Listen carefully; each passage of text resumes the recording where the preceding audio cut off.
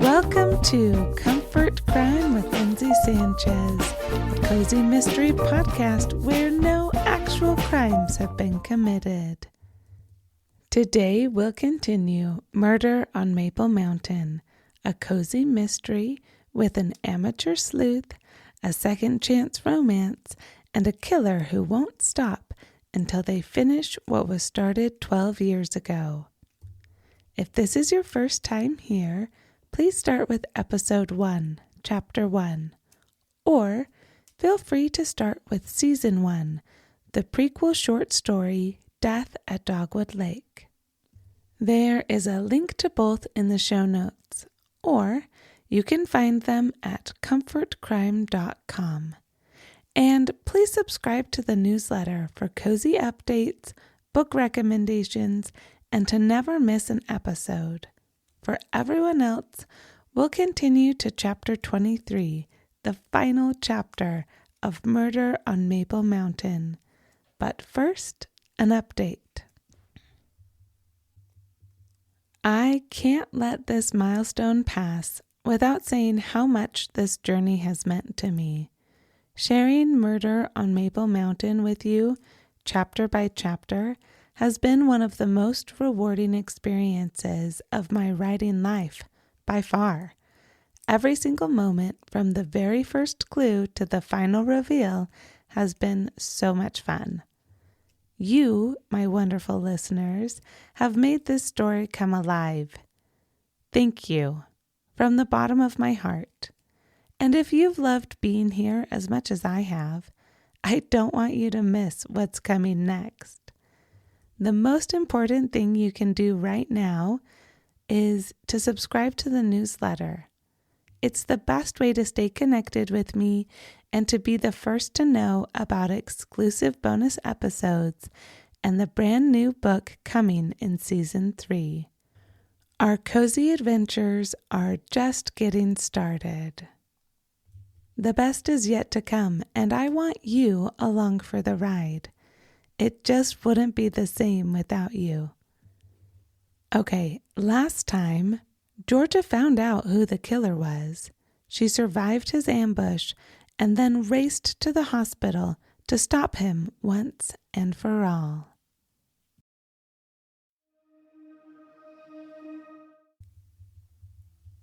Murder on Maple Mountain, Chapter 23. All eyes in the small hospital room were on Georgia as she typed furiously on Lisa's phone. If she could log into her photos, if Doug's confession had been saved when she stopped it, if there had been enough service at that point on the mountain to upload, if. Too many possibilities for failure flooded her mind as she navigated to her account. She didn't dare breathe as she waited for her password to go through. Pictures populated at random, filling the screen in a checkerboard pattern, leaving the most recent square gray. Empty. "Come on," she whispered, willing Stuart's confession to be there. "Come on." The square turned black. 4 minutes and 38 seconds time-stamped in the corner. "It's here." She showed Briggs the phone. "I recorded his confession." "She's lying." Stuart struggled against Jake's grip, knocking Everett to the floor next to Eric as he thrashed his bound arms behind him in a wild swinging motion. His body turned from side to side, trying to shake Jake off. "Watch it." Everett backed away like a crab on his hands and feet as Jake lost control, and Stuart stumbled toward the 2 men on the floor. Eric rolled into Stuart's legs, knocking him to the ground.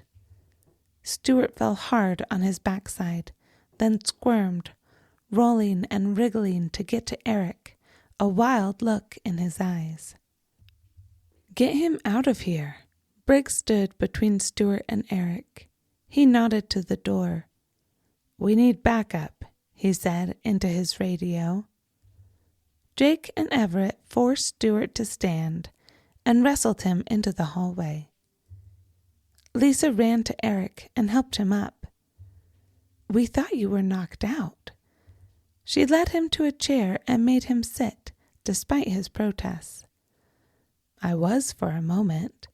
Then I had to fake it. I couldn't beat Stuart in a hand fight, not when he was willing to sucker punch. So I just had to wait for my opportunity to return the favor." He touched the side of his head gingerly. "Just for future reference, if someone's unconscious for even a few minutes, it could mean permanent brain damage. You probably wouldn't want to leave them unattended on the floor." Lisa laughed like it was the funniest thing she'd heard. She'd had a crush on him in high school, before everything had gone down at the lake. Apparently, not much had changed now that he was back in their lives. "Welcome back." Briggs clapped Eric on the shoulder. "You knew he was with the Pineville police, didn't you?" Georgia connected more of the stray dots. "And you never suspected Sean. You sent Stuart away because you suspected him." "I actually did suspect Sean for a time." Briggs rubbed the back of his neck. "It was you that helped me solve it." "Really?" She'd been battling this whole time to get Briggs to listen to her, to take her suspicions seriously. "You called into the station, remember, and told Stuart that you were going to Dogwood Nursery." "I remember." "I never got that message. Any other time I would have written it off as a mistake. They happen, even in a police station. But you were so sure, so adamant that Ivy had been killed, that something bigger was going on. It made me start to wonder." He shook his head. "Without you, those murders wouldn't have been solved." "Thank you," Eric said from the chair, "for believing in me and for helping Mom. This changes everything." "I'm sorry I didn't get there sooner."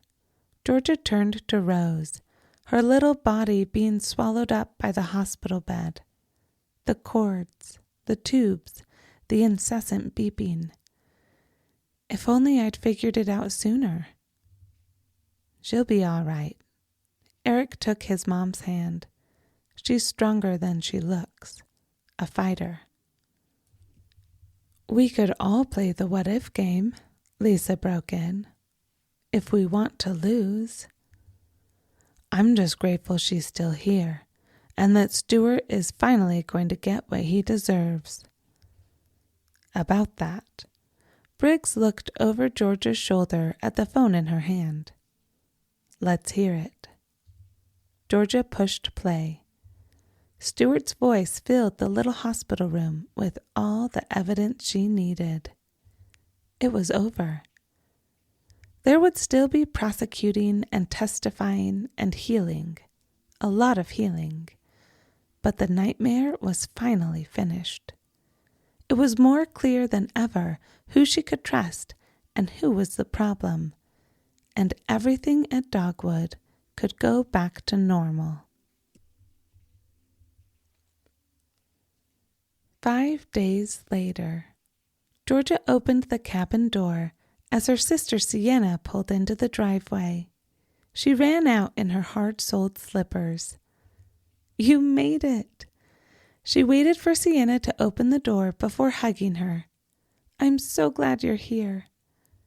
"Of course I came. I'm just sorry I couldn't get here sooner." Sienna wrapped her arms around her and squeezed her in the tightest hug since she'd last seen her sister. "Where are the kids?" Georgia looked in the back seat. "I left them with Daniel. I came here to take care of you, which would be tricky while chasing them around. Plus, it's good for him to have some quality kid time. He's been away so much this year." "You didn't have to do that," I'm fine. Georgia held out her hands and arms as if to prove how healthy she was. I'm just happy to see you. Are you fine? Georgia's sister cupped her hands around her cheeks and pulled her closer, searching her face. I can't believe you didn't tell me about all of this. What was I going to say? Don't worry, it's not a ghost. It's just a mass murderer. Georgia tried to smile at her weak joke, but Sienna wasn't laughing. You should have told me. It's over now. We can forget it ever happened. Georgia shrugged. All right, get in the car. Sienna opened the passenger door, waiting for Georgia to hop in. What? No, I'm still in my slippers. Let's go. Sienna took her arm and started dragging her to the car. Where are we going? Out to breakfast. We've got food here. Let's just go inside and catch up. It's been forever since it was just the two of us. It's been even longer since I got to go out without children crying and spilling milk and eating all of my food, she pleaded. I need this. Let me at least put boots on and grab a coat. If she could just get Sienna in the house, there was a good chance she could convince her to stay in the cozy cabin and relax on the couch, eating whatever Lisa had left in the fridge. Get in the car. Sienna's voice was no nonsense, like she was ready for a fight and determined to win. Georgia, I know you. If I let you back in the house, there's a 50-50 chance you're not coming back out. No, seriously, I don't even have shoes on. Don't make me force you. Sienna pulled back, holding Georgia by the shoulders. It shouldn't take a serial killer for me to get a breakfast date with my sister. Georgia got in the car and buckled her seatbelt, not bothering to tell Sienna that Officer Stewart, as bad as he was, didn't quite qualify for serial killer status. She shut the door, flipping on the seat warmers to compensate for her light sweater. Lisa left her famous sandwiches in the fridge, she said as her sister started the car and backed out of the driveway. We'll have them for lunch. Come on, I flew in from London for this. For breakfast? I thought you were here to take care of me. You don't need to be taken care of, remember? Plus, this is taking care of you. Georgia looked out the window, taking in Sienna's chatter about everything they'd been doing in London, how amazing it was, how the next year they were going on a cruise of the British Isles, and how Georgia should come. Wait, what do you mean next year? Georgia cut in, really paying attention now. That's what I'm trying to tell you. Sienna stopped at the light of the mouth of the canyon. Georgia, I'm not coming back. She let her sit in stunned silence until the light turned green. Hello, Earth to Georgia. She continued down the road toward Main Street. What do you mean you're not coming back? Daniel's work needs him there, and our kids are so young. We need to be together as a family. Sienna bit her nail. She was stressed, worried about what Georgia would think, waiting for her approval. What's going to happen to the cabin? Georgia said, instead of saying how much she was going to miss her or how much she didn't want her to leave, or how sorry she was that they'd wasted so much time on petty disagreements. They hadn't seen each other much lately, and now they weren't going to have that chance. Well, I know this guy who's looking for a place. He's been away for a few years, but there's this girl here he wants to date. Sienna watched her as if waiting for her reaction. Jake? Georgia tried to stop a slow smile from creeping across her face. He doesn't want to stay with his sister, and he did just help save your life. It felt like a good option. With Sean and Jacob there, it'll be more like Bachelor Row than Sunset Cabin Glen, Sienna teased, turning onto Main Street. Maybe we can convince Rose and Frank that we should change the name. But London is so far away. Georgia didn't let her sister distract her from the real conversation. She was moving, leaving, and not just to the town over, but halfway around the world. Come on, we'll talk about that later. Sienna must have sensed Georgia's melancholy. For now, let's get you some breakfast. She pulled onto a side street by Egg-tastic and shut off the car. Georgia got out. It had been less than a week since she'd been to town, but it was different. The leaves seemed to have skipped their gradual transition, taking personal offense to the sudden change in temperature. They'd fallen to the ground all at once, leaving wilted piles in the pathways. Sienna put her arm through Georgia's and walked with her to the front door of their favorite breakfast place. But she kept walking, dragging Georgia along with her. Wait a second. Georgia planted her feet. You passed it.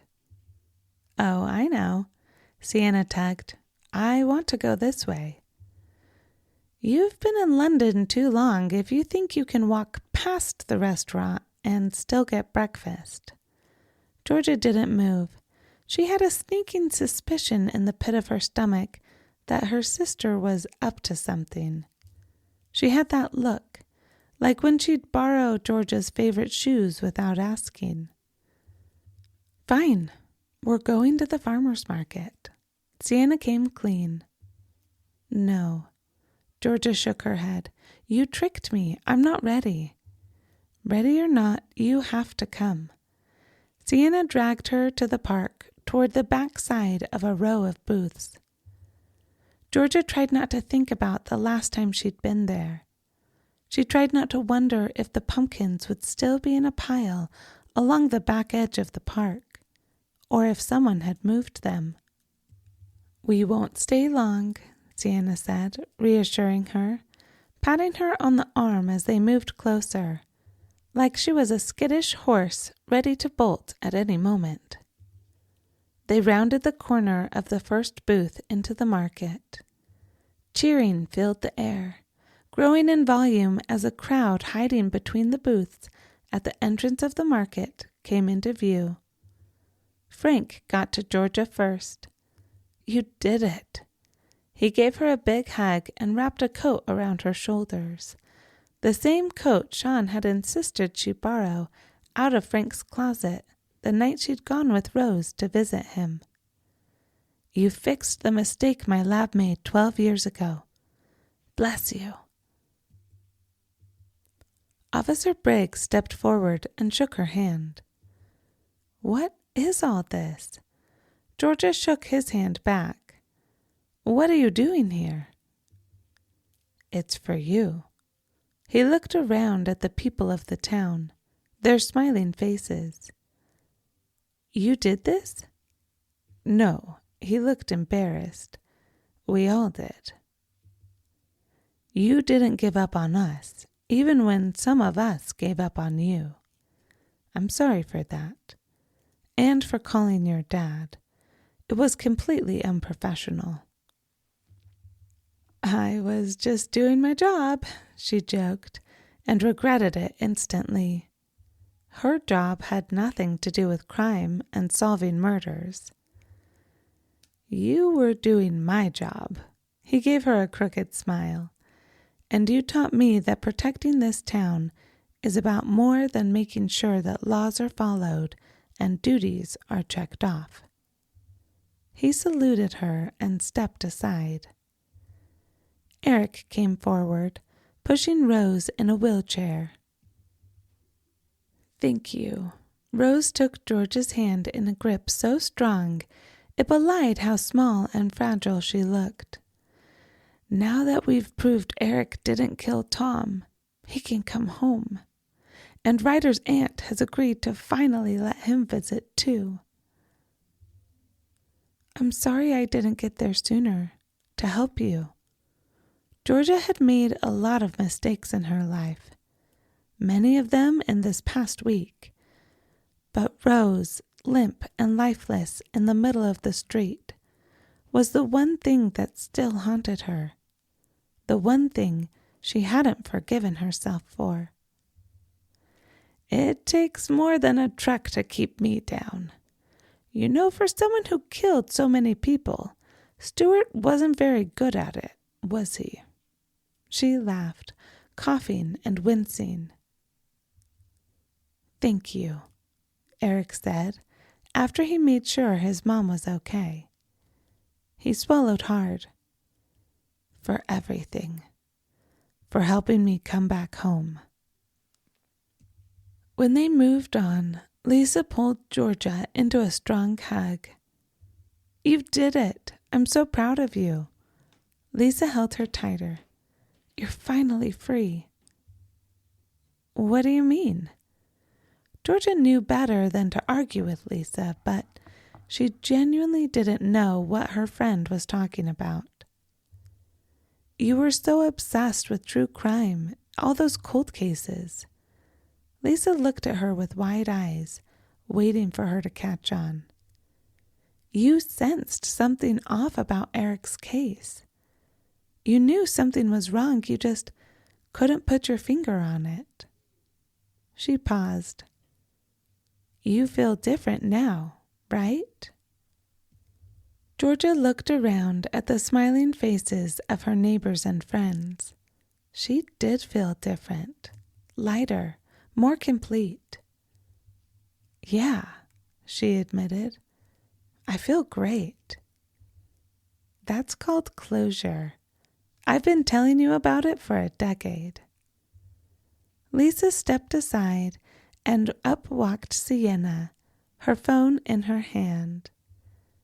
It's the parents, she mouthed. Mom, Dad, how's it going? It's not every day your little girl solves a triple homicide, her dad said. I'm proud of you, sweetie. Me too, baby, her mom chimed in. And Nicky says hi. He wishes he could jump on, but he's on internship in Australia. We'll tell you about it when you visit. You are coming to visit, right? Of course I'm coming. Okay, Mom, Sienna cut in. Georgia has to go now. She's got people waiting. Bye, honey, her parents said in unison. Behind Sienna was the last person in line. Jake. Do you want to go on a date? He asked without preamble, a blush creeping up his cheeks. I know this is a little out of order, sleeping in your driveway and then asking you out, but he was rambling, his toe kicking at a pebble on the ground. I'd love to, Georgia finally let herself admit. She threw her arms around him, no longer worried about being a rebound or about what breaking up with him might do to her heart. She wanted to go on a date with the boy she'd liked for as long as she could remember. She'd let the future take care of itself. He lifted her off the ground and twirled her, swinging her in the air. When he put her down, he bent his head low over hers, looking deep in her eyes. Georgia reached up on her toes and touched her lips to his. She kissed him like the last 12 years hadn't happened, like their date so long ago hadn't gone wrong, like he was the only boy she'd ever kiss again. If you enjoyed this episode, please share it with a mystery-loving friend. or consider leaving a review on your favorite podcast player. Most of all, thank you so much for being here today. I loved it, and I'm already excited for next week.